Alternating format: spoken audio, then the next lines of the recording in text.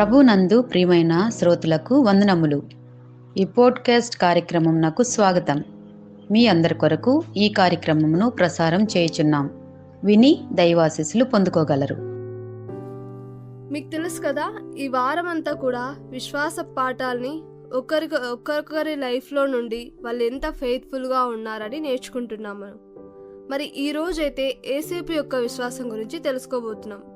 మీలో ఎవరైనా ఆశ్చర్యపోతారు కదా, ఏం జరిగిందంటే ఒక బానిస ఒక రాజుగా ఐగుప్తు దేశానికి రాజుగా మారాడంట. మరి అది ఎవరంటే యేసేపు లైఫే మనకి ప్రూవ్ చేస్తుంది. యేసేపు ఎవరంటే అతడు తన తండ్రికి ఎంతో ఇష్టమైన కుమారుడు, అందులోని చిన్న కుమారుని తండ్రి ఎక్కువగా ప్రేమిస్తుంటే అన్నదమ్ములు మాత్రం అసూయపడ్డారు. వీటిని ఎలాగైనా చంపేయాలి, నాన్న దగ్గర నుండి దూరం చేయాలని ప్లాన్ వేశారు. చంపడం వల్ల ఏమొస్తుంది కానీ అదే అమ్మితే డబ్బులు వస్తాయని చెప్పేసి కొంత డబ్బులకి ఆశపడి ఒక బానిసగా అతన్ని అమ్మేశారు. కొన్నిసార్లు మన జీవితాల్లో కూడా మనకు అర్థం కాని ఊహించలేని సంఘటనలు జరుగుతాయి. మనం మంచి చేస్తున్నా కష్టాలు ఎదురవుతాయి. అదే యేసేపు లైఫ్లో కూడా జరిగింది. ఐగుప్తులో ఫరో ఇంట్లో పనిచేసినప్పుడు యేసేపు నమ్మకస్తుడని, నిజాయితీపరుడని పేరు తెచ్చుకున్నాడు.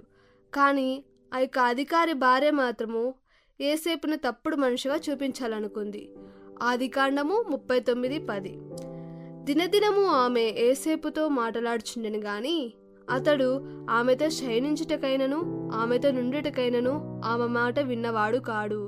చూడండి, యేసేపు ఎంత గొప్పవాడంటే అతనికి ఏమైనా చేయగల అధికారం ఉన్నప్పటికీ యేసేపు ఆమెతో అంటున్నాడు, నా యజమానుడు నన్ను నమ్మాడు, నేను ఇంత ఘోరమైన దుష్కారం చేసి దేవునికి విరోధంగా ఎలాగూ పాపం చేయగలను అని. చూడండి, యేసేపును చూసినట్లయితే అతడు దేవుని పట్ల భయభక్తులు కలిగి ఉన్నాడు. యేసేపు ఆ శోధన జయించి ఆమెకు దూరంగా పారిపోయాడు. ఆమె కోపంతో, చాలా మోసంతో అతని మీద అబద్ధం చెప్పి యేసేపుని అన్యాయంగా జైలుకు పంపించింది. మన దృష్టిలో యేసేపు జీవితం ఒక అపజయంలా కనిపిస్తుంది కానీ దేవుడు మాత్రము అతనికి తోడై ఉండి అతని యందు ఆ యొక్క జైలు అధికారికి కనికరం పడేటట్లు చేసి అతను ఆ యొక్క చెరసాల నుండి విడిపించాడు. చూడండి, చెరసాల్లో ఉన్నప్పటికీ కూడా యేసేపు నమ్మకం ఉంచాడు. దేవుడికి తన పట్ల ఒక ప్రణాళిక ఉందని నమ్మాడు. చిన్నప్పుడు యేసేపు ఏవైతే కలలు కన్నాడో, కలలో చూచాడో అతను ఒక గొప్ప స్థాయిలో దేవుడు నిలబెట్టబోతున్నాడని ఆ యొక్క కళ నెరవేరింది. చూడండి, ఏవైతే యేసేపు కష్టాలు అనుభవించాడో అవే అతనిలో ఉన్నటువంటి నాయకత్వాన్ని గుర్తించి ఒక గొప్ప నాయకునిగా తీర్చిదిద్దాయి. యేసేపు తన అన్నదమ్ములతో మాట్లాడుతూ ఇలా అంటున్నాడు. ఆదికాండము 50:20లో, మీరు నాకు కీడు చేయి ఉద్దేశించితిరి కానీ నేటి దినమని జరుగుచున్నట్లు అనగా బహు ప్రజలను బ్రతికించినట్లుగా అది మేలుకే దేవుడి ఉద్దేశించునని. చూడండి, యేసేపు జీవితం నుండి మనం నేర్చుకోవాల్సింది ఏంటంటే, నీ జీవితంలో సొంత వాళ్ళే నిన్ను మోసం చేశారేమో కానీ దేవుడు ఎప్పుడు నీతోనే ఉంటాడు. నువ్వు ఎదుర్కొనే కష్టాలు చివరికి నీ మేలుకే జరుగుతాయని భావించు. నీ విశ్వాసమే నిన్ను గెలిపిస్తుంది.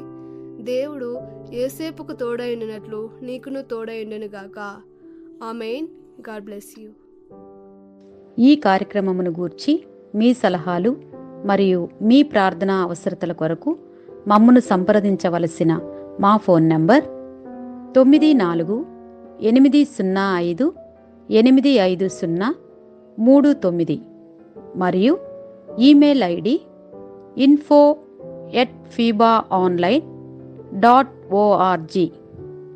మా ఫోన్ నంబర్ మరొకసారి 9480585039. Email ID info@fibaonline.org.